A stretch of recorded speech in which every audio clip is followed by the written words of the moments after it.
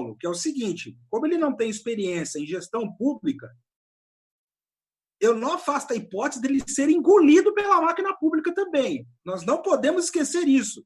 Existem milhares e milhares de servidores concursados dentro da máquina do governo que não são comissionados, que certamente estão revoltados com todo esse cenário que nós estamos verificando e que certamente, se não vão bloquear as ações dele, que eles considerarem danosas, vão dificultar ao máximo. E eu penso que a gente já verifica isso no Ministério da Saúde.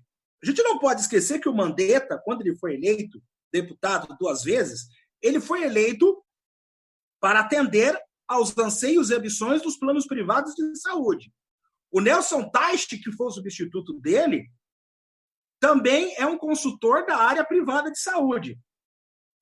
E eles foram amassados pela máquina do SUS.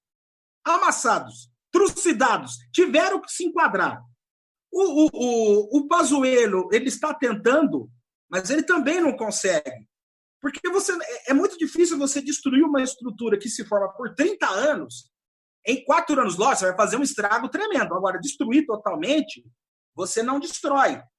Então, lógico que existem alguns fatores que são graves com a chegada desse ministro da Educação. Por exemplo, a pergunta principal que ele tem que responder: o Fundeb será renovado? Que é o Fundo da Educação, que é fundamental para pagamento de professores de ensino fundamental, de ensino médio, em regiões distantes do Brasil. Ele terá que responder isso. O Enem, e aí, o Enem, como é que fica? Como é que ele vai operacionalizar esse grande vestibular? Talvez um dos maiores do mundo. Então, são uma série de perguntas que ele tem que responder. Eu tenho sempre uma visão do seguinte: eu concordo com você, é um governo que tem uma predileção, de destruir, que é algo comovente. Mas dentro da máquina pública tem reação. E muitas vezes essa reação, os componentes do governo não sabem como lidar. Não sabem, eles ficam perdidaços. Por quê? Porque eles não são políticos. Aliás, eu acho que se tem uma utilidade esse tempo que nós estamos vivendo, pelo menos para aquelas pessoas que têm cérebro, é o seguinte, gente: quem tem que fazer política é político. Não tem essa história aí, não tem essa história: não, vamos votar em quem nunca foi político. Conversa mole, balela. Eu tenho que votar em deputado para quem foi vereador, para quem já foi deputado estadual, para quem já foi prefeito. Eu tenho que votar para vereador para quem já foi presidente da associação de bairros, quem já militou. Pode ser de direito, não tem problema.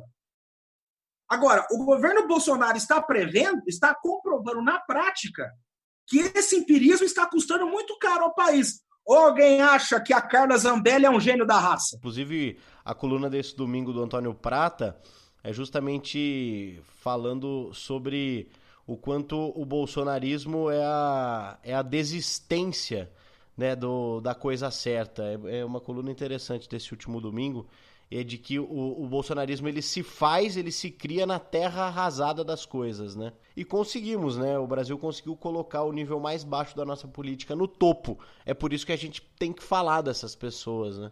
A gente é obrigado, porque hoje elas estão no comando do país. Isso é o mais assustador, né? E continuaremos falando, né? Porque não tem como não falar. Eu acho que nossos ouvintes estão entendendo isso já, né? Acho que as pessoas estão realmente acordando, porque realmente a gente tem que analisar o todo, a gente tem que analisar esses detalhes, e assim, agradeço imensamente ao Elias, né, por essa contribuição aqui nesse episódio, porque é sensacional essa explicação.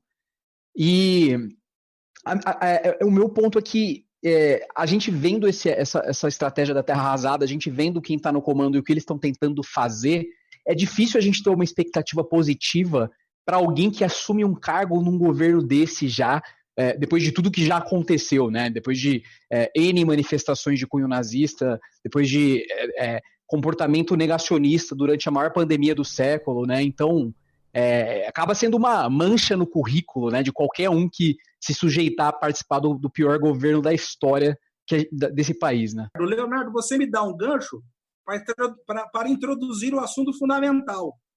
questão de terra arrasada, alguns interlocutores já estão percebendo isso. Na edição de sábado do jornal O Globo, o Ascânio Seleme, o nome difícil de falar, agora acertei. Ele foi editor-chefe do Globo por muitos anos, ele fez parte do conselho editorial do Grupo Globo, e ele fez uma coluna dizendo com o seguinte título: é hora de perdoar o PT. Bem, os pretensos intelectuais do PT, deputado, todo mundo meteu o pau no Ascânio. Porque ele fala do mensalão, ele fala que o PT roubou, que não sei o que tem, mas peraí, calma. Tem um ponto no artigo que é fundamental.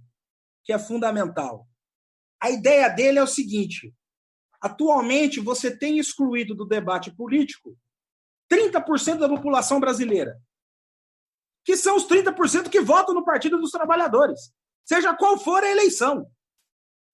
E essas pessoas precisam ser recolocadas dentro do debate político, dentro das discussões, dentro do processo de decisão. Essas pessoas, e nisso eu concordo com ele, gente, essas pessoas precisam voltar a ter peso no Congresso Nacional, nas instituições de decisão. Agora eu vou tocar numa ferida, né? Eu só venho aqui para fazer um serviço sujo, mas tudo bem. Agora eu vou tocar numa ferida. É muito fácil. E eu vou citar nomes aqui. É muito fácil o Walter Pomar, o Breno Altman, a Grace Hoffmann, a Luísa Mercadante. É muito fácil eles, no seu apartamentinho acolchoado, com ar-condicionado, com um esquinho no bar, 30 mil, no caso da Grace, 30 mil reais pingando por mês, que é o salário dela de deputada. Elias, mas ela recebe, não interessa, ela recebe, tá lá, a grana cai. Mesmo que desconte para o PT, a grana cai. É muito fácil eles falarem isso do conforto do lar deles. Agora, quando fala que 30% está excluído, sabe quem está contando nisso daí? Está contando o metalúrgico que milita no sindicato, está contando o gari que quer fazer uma inserção de cidadania e não consegue, está contando o cristão evangélico que quer apenas e tão somente frequentar uma igreja e ele não frequenta porque ele é perseguido, porque ele é censurado, porque ele é massacrado. Está excluído também dessa conta o motorista de ônibus que milita no sindicato dos rodoviários. Então, vocês me desculpem, está excluído também o pedreiro, o marceneiro, o jardineiro, essa maioria silenciosa dentro dos 30% que não podem falar, que estão sendo proibidos de falar. Então, é muito fácil para esses caras que têm uma visão burguesa, esses caras têm carro, andam de avião, andam de jatinho, viajam o mundo inteiro. É muito fácil eles falarem isso. Não gostei do artigo dele. É muito fácil, meu chapa. O Bolsonaro pode jogar uma bomba atômica no Brasil que você vai ter uma cápsula para se segurar. Aí é muito fácil. Você já tem uma rede de proteção. E o dito brasileiro? E o brasileiro comum? Como é que ele vai se proteger? E o brasileiro comum que é progressista, que quer ter apenas o direito de ir na cabine e apertar 13, 65, 50, 12, 40. E ele não tem mais esse direito. Foi usurpado esse direito. Não foi usurpado no ato, mas foi usurpado o ato de declarar o voto. Então é muito fácil. Eles falam, eles metem o pau, vocês são burgueses, vocês são elite, mas eles têm o mesmíssimo comportamento daqueles que eles metem o pau. E eu já falei demais. Ainda dentro disso, que eu acho interessante, falando dessa questão do contexto político, né, do tanto que se cobra a questão do PT, de meia-culpa, de autocrítica, o que eu concordo em partes, mas assim, ao mesmo tempo, as mesmas pessoas que pregam, né, que o petismo e o bolsonarismo, eles são irmãos e coisa e tal, são as mesmas pessoas que ficam pedindo que o PT precisa ter autocrítica, de abrir mão de candidaturas, e em alguns pontos eu concordo também, porém assim, o que a gente pode fazer se o PT tem esses 30% que tem? O que a gente pode fazer se o PT tem força para colocar um candidato como o Haddad no segundo turno? Aí, o PT perdeu a eleição pro Bolsonaro. Não, quem perdeu a eleição pro Bolsonaro foi a gente. Foi o Brasil que perdeu a eleição, não foi o PT que perdeu a eleição. O PT foi o partido que teve mais força, mais base de ter voto para ir para o segundo turno com o Bolsonaro. Entendo que o partido precisa sempre fazer autocrítica, precisa sempre melhorar. Concordo que a figura do Lula às vezes atrapalha o partido por ser maior do que o partido, e aí acho que não tem muito o que fazer enquanto o Lula for vivo.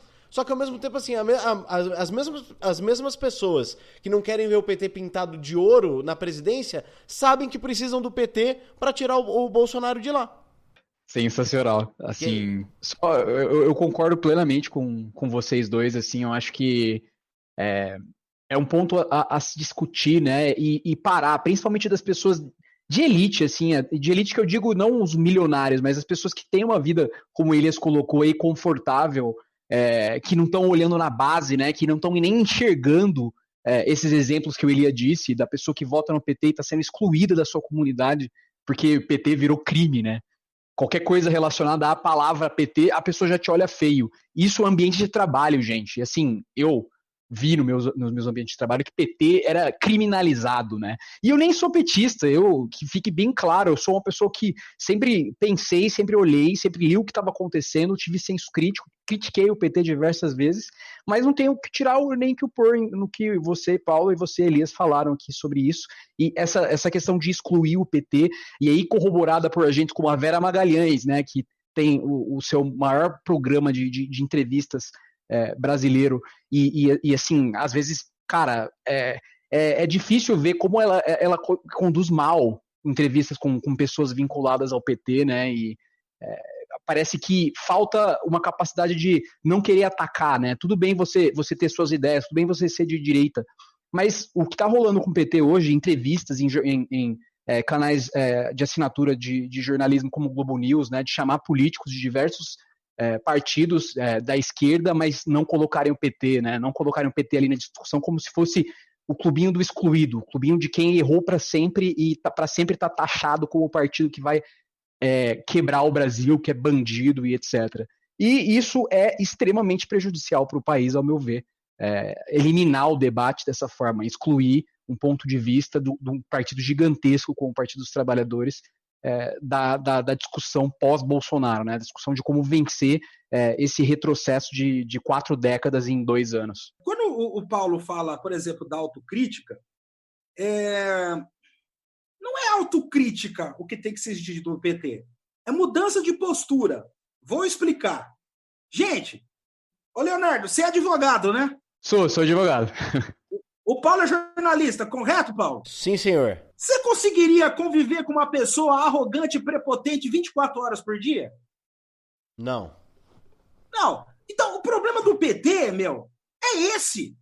Pô, cara, toda vez que tem entrevista do Lula, o Lula, eu fiz isso, eu fiz aquilo, eu sou isso. Agora também não vou ficar dizendo, tá vendo? Tava certo, tá vendo? Tava certo. Não, perdeu. Pateta. Eu sou aquilo. Aí vai ver aqueles o PT fez isso. O PT é maioral. O PT... Não dá de falar, cala a boca! Para de encher o saco! É passado! Pô! Sabe? É um comportamento irritante. Irritante. É que nem o Adnet, o genial Marcelo Adnet, foi imitar o Lula outro dia, no programa do Bial. Ele fez a imitação perfeita. Que ele falou... E se há uma frente única nesse país...